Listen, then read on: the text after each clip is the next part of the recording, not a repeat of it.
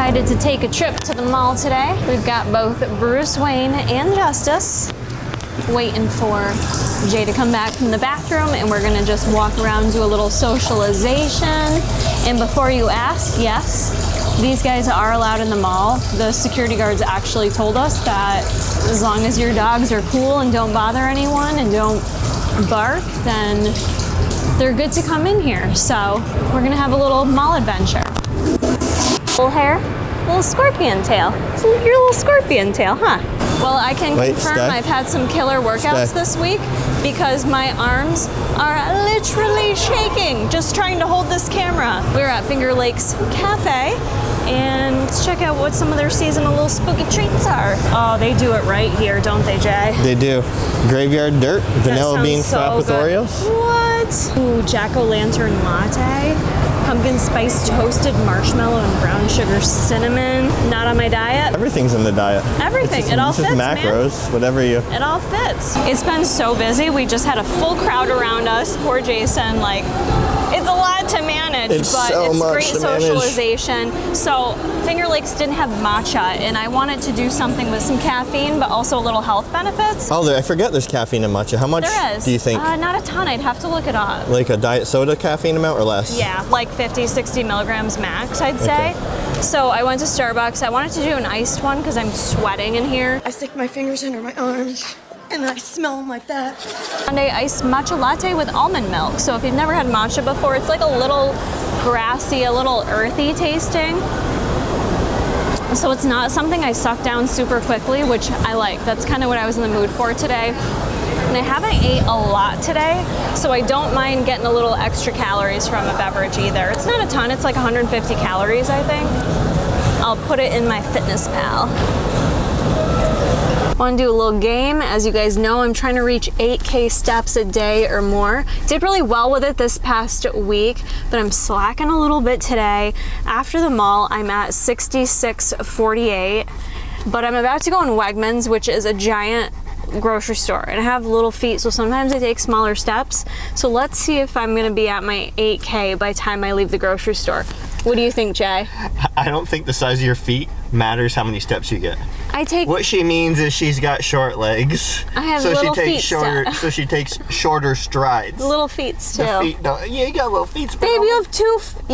That don't matter. The distance in your foot. Two of my feet equals one of yours. No. I'm just saying. It doesn't matter how big your foot is. It's how long your legs are. You didn't answer the question. Am I going to be at 8K when I leave Wegmans? Only if you're smart when you're walking with the cart. Oh, shoot. Well, if you hold the cart like this, it doesn't count your steps. How else do I hold it? You hold it with one hand and you turn it with one hand and your little wrist is going to break. Okay. I'm going to try to give it a go. Alrighty. Mike. Working. Mikey Mike. I maybe cheated a bit because I went to 2 grocery stores, but I did try, like Jason said, to push the cart with one hand. That was challenging. I told you. I really couldn't do that, and I'm pretty sure, like, for whatever reason, the wrist. Fitbit doesn't get your steps when you're holding on. It's not like I'm holding on to a treadmill cheating. Or is that the same thing as holding on to the handles of a treadmill? I don't know, but I made 2 grocery stores. Oh, snaps!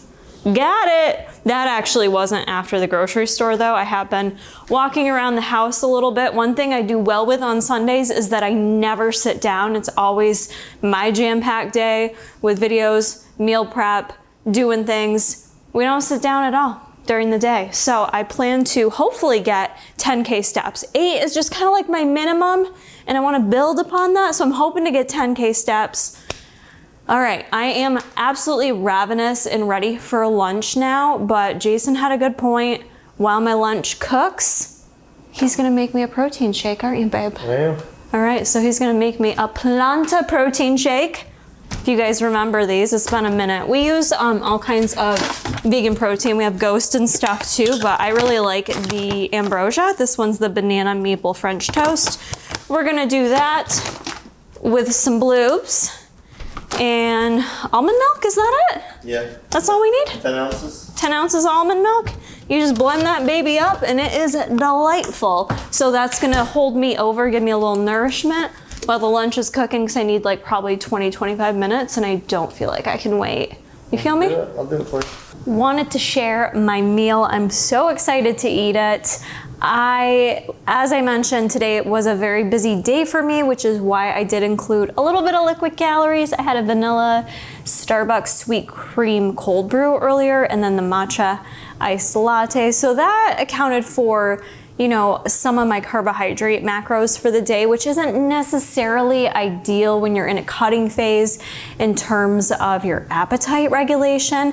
However, a little bit of extra caffeine can actually help get you through a busy day. I do try to not abuse it, not go overboard with it, but more so be a little bit strategic about it when I need to in terms of busier days when I may not be able to just eat my normal meals at my normal time. So it kind of worked out for me today both ways, a little bit of extra caffeine, making sure I was still getting in some nutrition throughout the day. But now I've got a big solid meal here I'm ready to eat. I just felt like I wanted something green and crunchy. Honestly, I haven't been doing many salads lately, but I did just pick up like a bag of romaine salad mix, threw in some tomatoes, celery, onion, and a little bit of dressing. And then I air fried up some of my organic chicken that did have a barbecue marinade on it. So it's the air fryer, but we have the option to air roast it. That actually turns out really nicely. I did go a little hard on the chicken. She got a little crispy, which actually tastes fantastic. I did cut off some of the super dark bits, but I'm having some chicken, and then I made up like some mashed potatoes. Trying to actually show it here. Let me get out of the shot. We've got just some gold baby potatoes. I just boiled those up. I added just a little bit of butter, Kerrygold butter, not even a serving, in like a 1/4 cup of milk. And I just made enough for 3 portions of mashed potatoes. Still took a while to boil the potatoes, but I don't know, I just didn't want regular potatoes. I wanted a little something different, a little something more comforting and filling. So I've got that entered in my FitnessPal macros. I still have a little bit left for the evening. But yeah, I'm very excited to eat this meal. Just wanted to share, and actually it worked out well. That protein smoothie shake held me over, so another little tip for you too, having some of those voluminous fluids can also just kind of satisfy you as a snack or until you get to your next meal. Time to munch. The moment you've all been waiting for in this video, let's talk about the progress that I have made, or maybe haven't made, this past week, and go through what I did well and what I did not so well.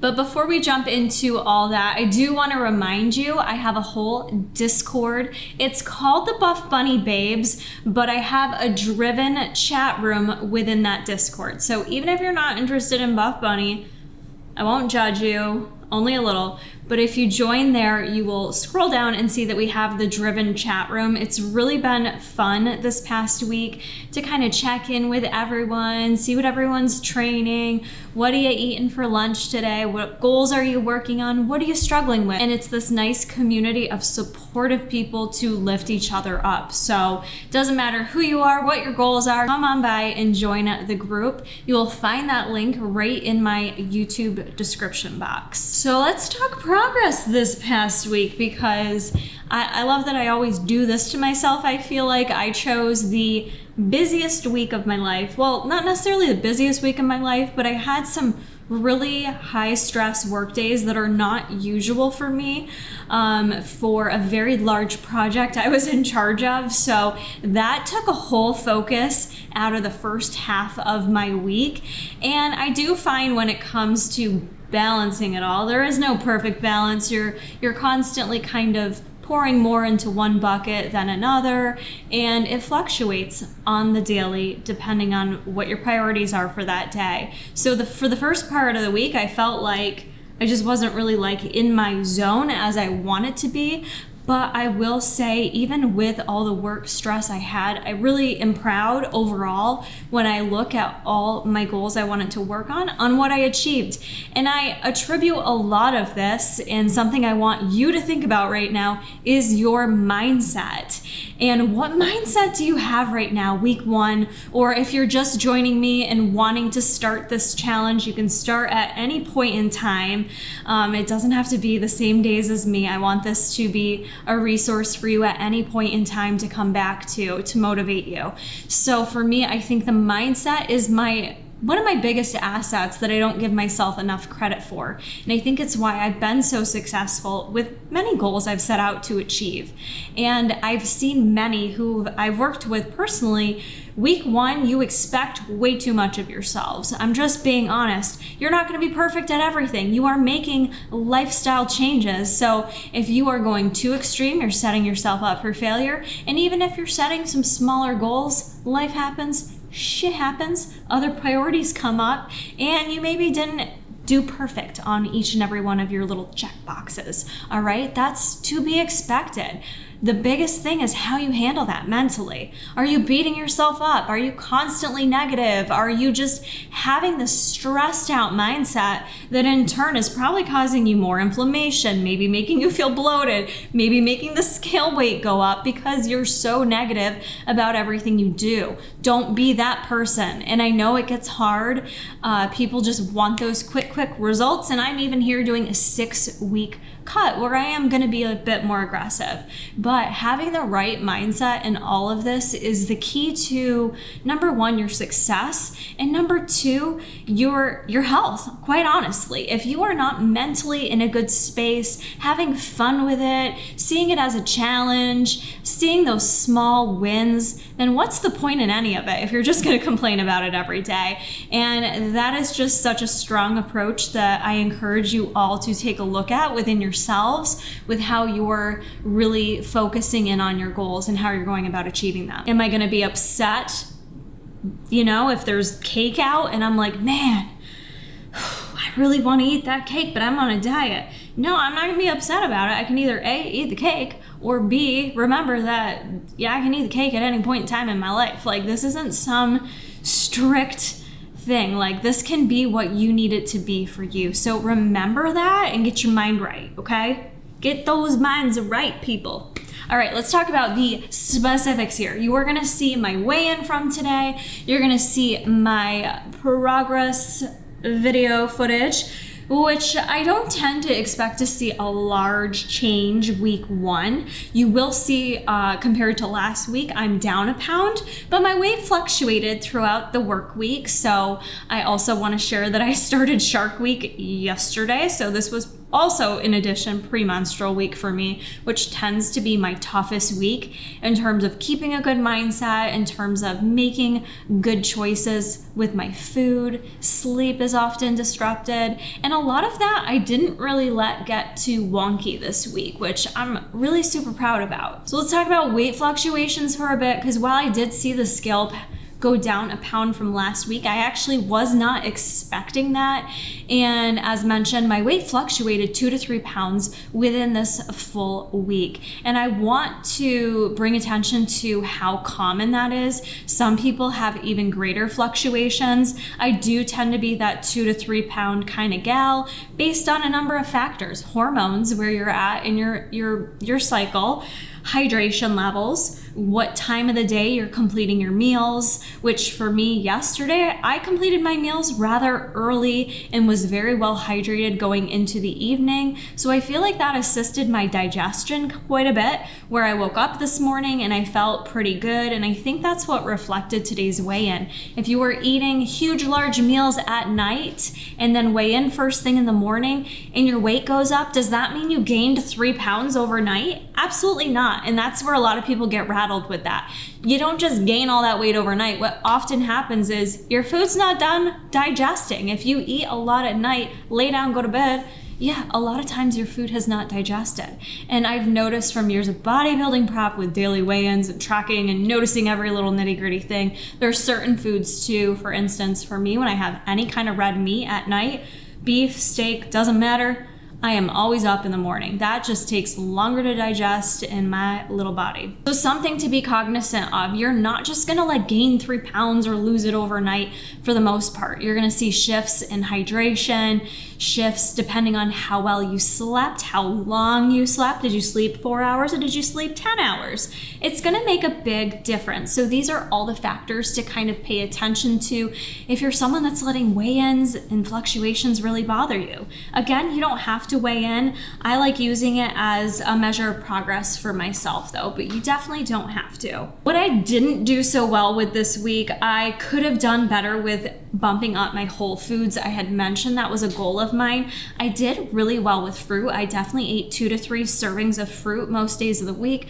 Vegetables, I was more sparse on. I had a couple days there where I only had 1, 2 servings most. I really want to be on the higher end with veggies, like 4 to 5 servings, especially as I continue to cut my macros. I want to get the most bang for my buck and make sure I am feeling as satisfied as possible throughout this process.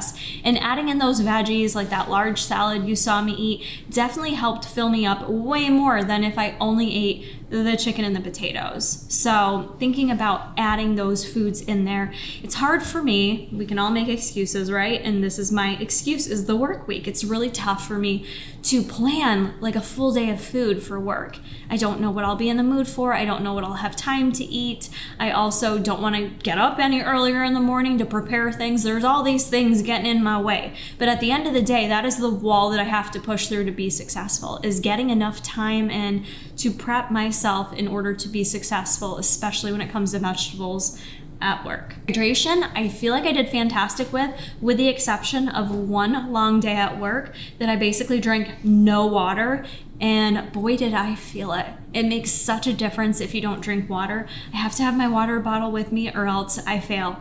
Bottom line, non-negotiable, gotta have my water jug with me. Next thing, in terms of macros, I touched on whole foods. Macros I did pretty well with. My macro level that I shared with you in the last video I posted, it definitely isn't a deficit for me. I was feeling a little hungry this week, but it wasn't anything substantial. It wasn't anything that playing around with my food choices a bit couldn't help alter that feeling. So I do feel like it is at a level of a deficit. I do plan on cutting macros a little bit this week, but I am gonna wait till I'm out of the weeds with my cycle to ensure that I don't take a step back. You know, I don't want to set myself up for failure. When your hormones are raging the first week on your period, you just tend to feel hungrier and have certain cravings. If you'd like, I do have a video on that from a while ago, but if you want me to touch on that in a separate video, let me know down below in the comments. However, I'm more planning on attacking an additional session of cardio this week, seeing how the week plays out, and then maybe altering macros midweek once I'm through my cycle. Recovery, let me know what you did for recovery this week. Did you take a day or an hour for yourself to recover? I got a deep tissue massage on Friday and holy moly, it hurt. It hurt. I did a lot of deep breathing during it. I felt like I was almost trying to meditate, just like be one with my breath, like yoga style, like getting that deep breath into the area that she was elbowing. Like, it was rough, but my body needed it, and I feel so much better that I had that session. I think it's gonna allow me to continue to push hard with my workouts. Speaking of workouts, I hit all 5 training sessions this week. I feel really good about them. I personally did all my training sessions at home this week. There's absolutely nothing wrong with that. That was just what I needed to do to capitalize on such a busy work week schedule. Personal life and work life, just very busy. So for me, getting it done in the basement, I do 30 to 40 minutes of lifting and I just keep it moving, honey. And I don't stop. I keep the heart rate up, and I think that really helped me this week too. Not only with time management, but also just doing something different and having fun with it. So, you know, I'm gonna keep playing around with that. I will likely get myself back into the gym a bit more, increase my workout duration a bit more as my work schedule now has a little more breathing room. Overall, I am actually very pleased with myself. Like I said, I'm that type of person I could sit here and just pick myself apart of all the things I didn't do perfectly and could have done better on, but I'm not taking that mindset. I am really proud of everything I accomplished this past week and everything I did for myself and put myself first, because it can be really hard to do that, especially when you have a lot of things on your plate. You wear a lot of hats, you know, those of us that have families, or maybe you have kids, maybe you're taking care of a sick parent, in addition to your career, in addition to your own personal health goals, maybe your relationship goals. We all have a lot going on. Not one person in this world does not. So it can be so tough to make yourself a priority, but I am here to support you. Let's do this together. Let's quit making excuses and just know that you are the only one that can change things in your life. You know, do something to make yourself proud this upcoming week. I know it can be hard, but if you want to reach those goals, you have to really drill down and figure out what you need to change in your personal life. So I share all my stuff with you just to help guide you a bit, but you have to take a look within yourself and figure out what shit you need to change. So I hope you guys enjoyed this episode. Let me know down in the comments what you did well this week, what you need help with, or if you're just starting out the Driven Challenge, that's cool too. Let us know down in the comments below. We're all here to support each other, and I will see you all in the next episode. Peace.